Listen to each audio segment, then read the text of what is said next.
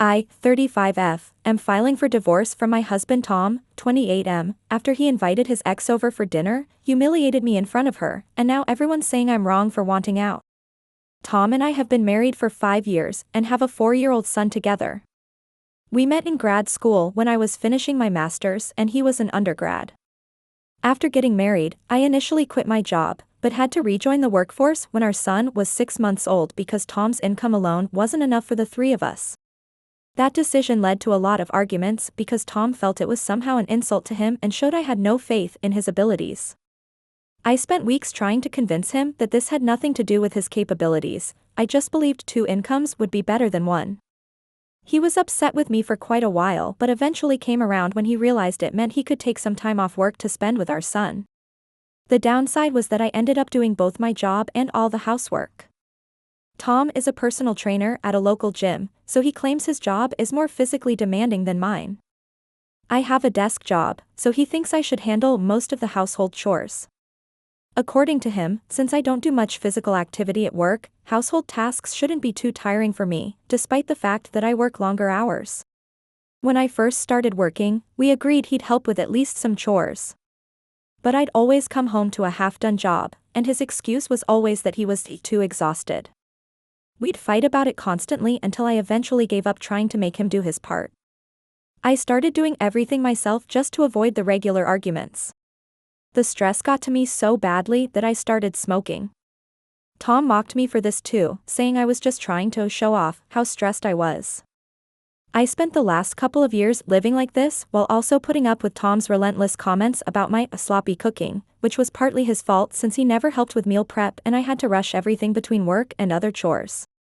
I stayed purely for our son's sake, knowing that leaving would impact his life. Last year, I finally broke down and hired a maid, paying her salary from my own pocket. This led to more mockery from Tom because he thought it reflected poorly on my homemaking skills. He would constantly compare me to his mother, his aunts, and other women he knew who could easily manage both work and home. I would argue that these women probably had supportive husbands, but he would just laugh it off and tell me to relax, because it was just a joke. That would infuriate me even more. We did have good times occasionally, but what stuck with me were the times he would get under my skin, and I'd been contemplating divorce for quite a while. I finally snapped last week when Tom brought home his ex-girlfriend Lucy, 28F, for dinner. Lucy was his high school sweetheart, and they were together for almost 6 years until they broke up because they were heading to different colleges. He ran into her at the grocery store, she'd recently moved into our neighborhood, and invited her over for dinner without even asking me, which was strike one. I knew these two were quite the item in high school because Tom's friends would often bring her up and tease him about it, even after we got married. But that didn't prepare me for how flirty and overly friendly he acted during dinner. I could tell he was trying to get under my skin, and it was working. That was strike 2. Then came strike 3, he started joking about what a sloppy housewife I'd make and how lucky I was to have my job as an excuse, otherwise he wouldn't be able to explain my miserable cooking skills to any guests. He made these jokes because Lucy is a stay-at-home mom of 2 daughters, and he kept implying she was doing a far better job at everything compared to me. He informed me that Lucy was actually at the grocery store buying ingredients for some French dish she was planning to make for her husband, then cracked a joke about how I'd never be caught doing anything like that. They both had a great laugh about it. He even brought up my smoking, saying I just wanted to show off how stressed I was, unlike Lucy who does everything perfectly. By then, I was fighting back tears, but I didn't want to give Lucy the satisfaction of watching me cry, so I just smiled through it all. It was a humiliating experience, and by the time I served them ice cream for dessert, I'd made up my mind to leave that night. I waited until Tom went to bed. I usually do the dishes at night and don't go to bed until he's asleep anyway, so this wasn't unusual. Once he was snoring, I packed some clothes and other necessities for myself and our son, called a cab, and headed to my parents' house. It was nearly midnight when I arrived. As soon as my mother opened the door and I tried to explain, I broke down sobbing. This made my son cry too because he was cranky and confused. I had to bring him along because I wasn't sure if Tom could properly care for him in my absence, and I didn't want to abandon him to find out. My parents took us in without questions, and once they put my son to bed, I was finally able to calm down and tell them everything. The next morning, Tom called me in a panic asking where I was. When I told him the truth and said I was filing for divorce, the panic in his voice disappeared, and he started laughing. He told me to cut out the drama and just come home. That infuriated me so much that I started yelling at him, calling him an incompetent, lazy, selfish, and misogynistic man. When I said I'd rather be single for the rest of my life than go back to him, he finally seemed to realize I was serious. Instead of apologizing, he started fighting with me over the phone, saying I was overreacting and making a big deal out of nothing. He claimed he was just trying to lighten the mood around Lucy with his jokes and that there was no need to take things to heart. But here's the thing, his jokes weren't funny. They were cruel and mean, especially given how I was already trying my best. He just kept pushing me to my limit every single day. When he finally understood this wasn't just about the jokes, he started playing the victim, accusing me of leading him on because I admitted I'd been planning to leave for a while and this was just the last straw.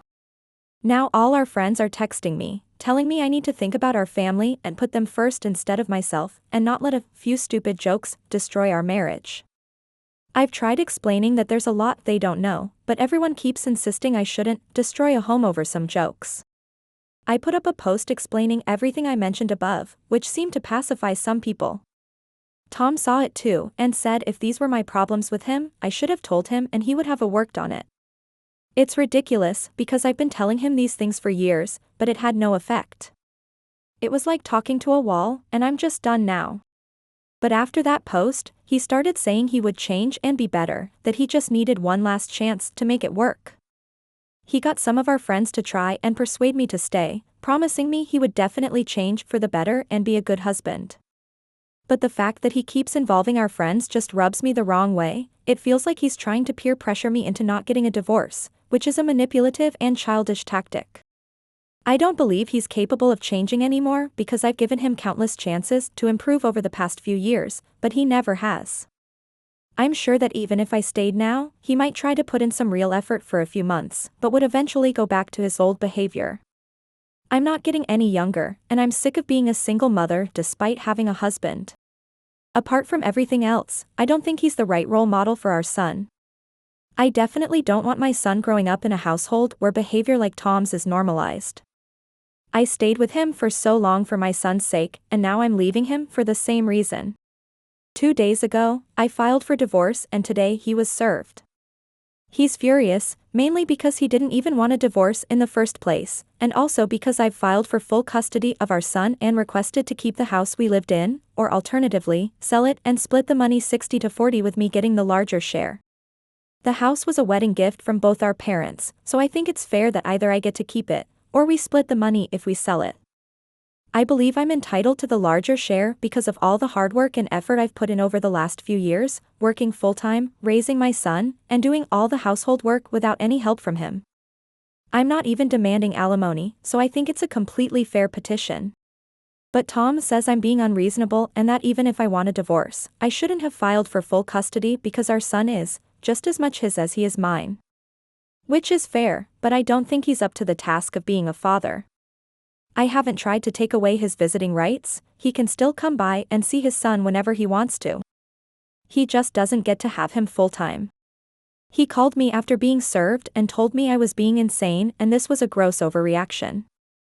He said he already didn't agree with the divorce, and now that I was demanding full custody and the house, he had reason to believe I was just being hysterical and not thinking straight. When I explained that I had come to this conclusion after a lot of thinking and that it hadn't been easy for me either, he broke down crying on the other end, which made things very awkward. Tom isn't much of an emotional guy, pretty obvious from everything I've said, so his breaking down is a very big deal. He was sobbing and telling me very emotionally that he never expected he could ever stand to lose me someday, which is why he'd taken everything for granted. He begged me to give him just one last chance to prove he could be a good husband and a great father. It was incredibly hard for me to stand my ground, but I had to tell him my decision was final and that he'd realized things a little too late. I couldn't just go back to that life again. He started crying even harder, and for the next couple of minutes, I just had to stay on the call and try to console him, which was weird and uncomfortable for me. Eventually, he stopped crying and said he'd never be able to forgive me or himself if our son suffered because of this. I assured him this was just a temporary arrangement because our son is still little, and we could renegotiate the terms of his custody in a couple of years when he's a bit older. I told him this was going to be hard on both of us, but we just had to make the best of our situation and try to be strong for our son's sake.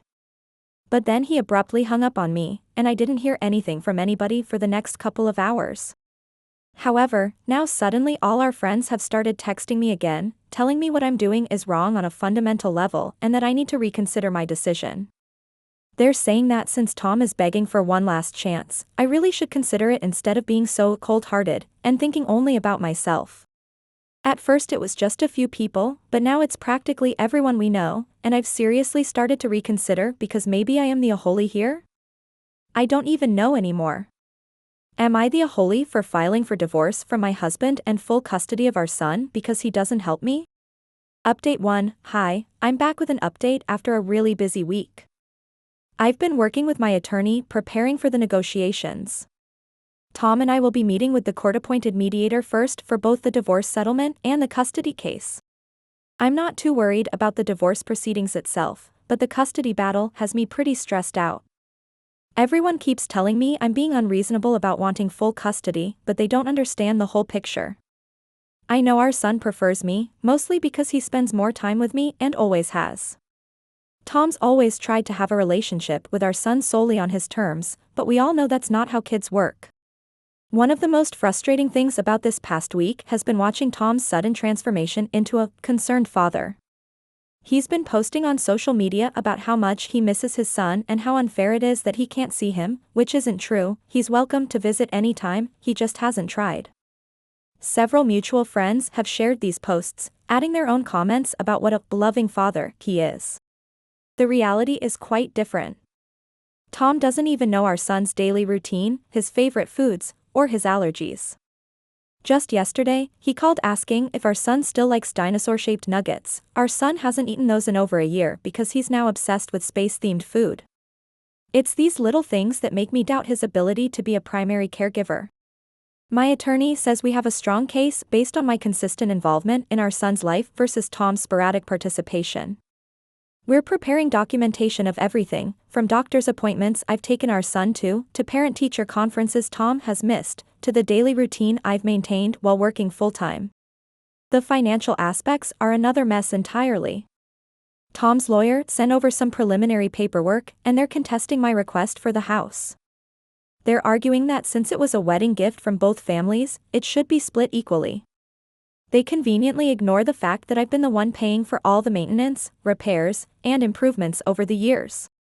What's really getting to me is the constant stream of messages from people who barely know our situation. Some of Tom's gym clients have even reached out to tell me how devastated he is and what a great guy he's always been. It's like they're living in an alternate reality where being charming at work automatically makes you a good husband and father. The most surprising development has been my mother-in-law's reaction. Unlike most of our friends who've taken Tom's side, she actually called me to say she understands my decision. She revealed that she had similar issues with Tom's father in their early marriage years, but she chose to stay and work it out. The resignation in her voice when she said those words told me everything I needed to know about how that worked out for her. My own parents have been incredibly supportive through all of this. My dad has been helping me organize my financial documents, and my mom has been taking care of our son when I need to meet with lawyers or attend to paperwork. Their support has made me realize just how lonely and unsupported I felt in my marriage. I'll be honest, the stress has been overwhelming at times. Last night, I found myself reaching for a cigarette for the first time since moving out, but I stopped myself. I realized I started smoking because I was unhappy in my marriage, not because I needed it. It's strange how clarity comes to you in these moments. Tom has been sending me long text messages late at night, ranging from angry accusations to emotional pleas. In his latest message, he wrote about how he's been watching cooking videos and learning to do laundry properly. It would be almost funny if it weren't so sad. These are basic life skills he's only now deciding to learn at 28. Some mutual friends have started sending screenshots of Tom's private social media posts where he's sharing his side of the story. He's painting himself as a devoted husband blindsided by a wife who never communicated her unhappiness. The comments are full of people calling me heartless and suggesting I might be having a midlife crisis. I had to laugh at that one. Apparently at 35, I'm already in midlife crisis territory. My attorney advised me to document everything but not to respond to any of these provocations. She says it's actually helpful for our case when he shows this kind of manipulative behavior publicly. Still, it's hard not to feel attacked from all sides. The only thing keeping me grounded is seeing how much more relaxed our son has become since we moved to my parents' house. He's sleeping better, eating better, and seems generally happier.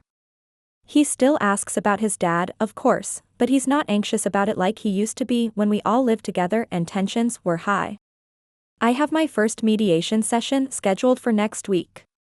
My attorney has prepared me for what to expect, but I'm still nervous. Tom's lawyer has already indicated that they plan to fight hard against the full custody request, so I know it's going to be a difficult process. Despite all the pressure and second-guessing from others, I feel more certain about my decision with each passing day. Living with my parents has reminded me what a supportive household feels like. I've been getting proper sleep for the first time in years, and I'm starting to remember who I was before I became so consumed by trying to make an impossible situation work.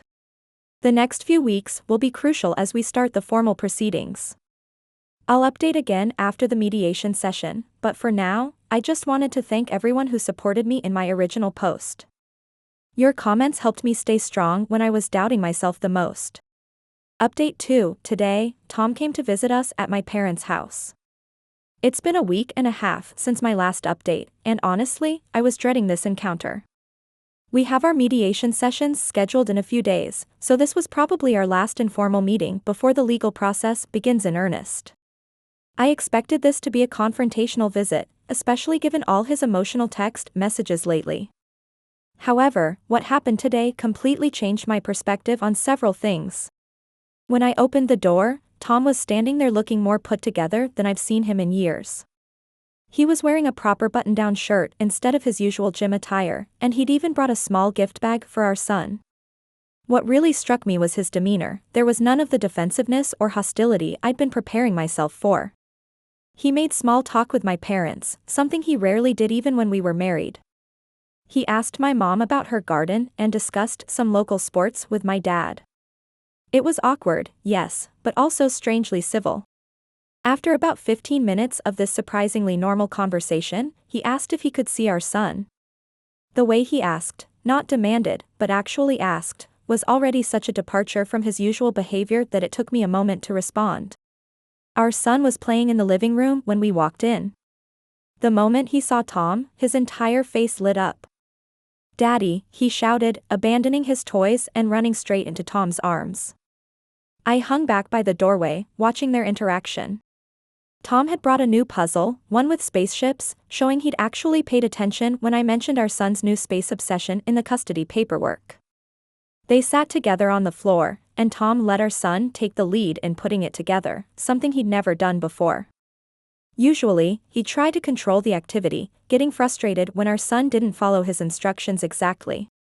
What really got to me was hearing Tom ask our son about his day, his friends at daycare, and his favorite parts of living at Grandma and Grandpa's house. He listened, actually listened, to our son's rambling answers about the neighbor's cat and the tree house in the backyard. In all our years of marriage, I'd never seen him engage with our son like this. At one point, our son started telling Tom about how I make his sandwiches in the shape of rockets now. Instead of making a sarcastic comment about my culinary skills, as he would have done before, Tom asked our son to teach him how to do it. They spent the next 20 minutes in the kitchen, with our son very seriously instructing his father on the proper rocket sandwich construction technique. The real turning point came when our son asked when he could see his daddy again. The hopeful look on both their faces hit me hard. Tom didn't jump in with demands or try to manipulate the situation. He just looked at me, waiting for my response. After they finished playing, when it was time for Tom to leave, our son gave him a big hug and asked him to come back tomorrow. Tom looked at me questioningly, and I found myself nodding before I'd even really thought about it. Tom and I talked briefly at the door before he left. Without any of his usual defensiveness, he acknowledged that he'd been a lousy father so far. He admitted that seeing how much our son had grown and changed in just these few weeks made him realize how much he'd missed by not being more involved. He told me he was ready to learn everything it would take to be a better father, even if he couldn't be a better husband. He mentioned that he'd hired a nanny to help him learn proper childcare techniques, and he's been taking parenting classes 3 times a week. He showed me the certificates on his phone, not bragging, but just letting me know he was serious about this. He didn't try to convince me to come back or make any grand promises about changing. Instead, he just requested that I reconsider the full custody arrangement. He suggested we could work out a schedule that would allow him to prove he could be a responsible parent while ensuring our son's routine wasn't disrupted. After he left, I called my attorney. I told her I no longer wanted to pursue full custody and would be open to discussing a joint custody arrangement. She reminded me of all the documentation we'd gathered showing Tom's previous lack of involvement, but I explained that I needed to give him a chance to be a better father, even if he hadn't been a good husband. The look of pure joy on our son's face today made me realize that while ending my marriage is the right decision, I don't have the right to end my son's relationship with his father, especially not when Tom is finally showing real signs of wanting to step up and be the father our son deserves. Update 3, the divorce negotiations have begun, and surprisingly, things are going much smoother than I expected. Tom and his lawyer have been remarkably cooperative, which I suspect is his way of showing remorse for his past behavior. We've started working out the custody arrangements for our son, and while everything is still informal and verbal at this point, we're thinking he should spend half the month at my place and the other half at his dad's. That's actually what we're doing right now. My son is supposed to go live with his dad in a couple of days. I was initially anxious about this arrangement, but Tom has really stepped up. He's asked his mother to help him out, which has been a huge relief. Despite our marriage ending, she's been incredibly supportive, even more so than some of my closest friends. She still calls me daily to check in, sending me pictures of the bedroom she's helping Tom set up for our son. The house situation has also been resolved more easily than I anticipated. Tom agreed to sell it and split the proceeds 55-45 in my favor, acknowledging the extra work I put in over the years. His lawyer actually suggested this compromise, which shows they're genuinely trying to be fair. Tom has also enrolled in a co-parenting course, something the mediator recommended but wasn't required.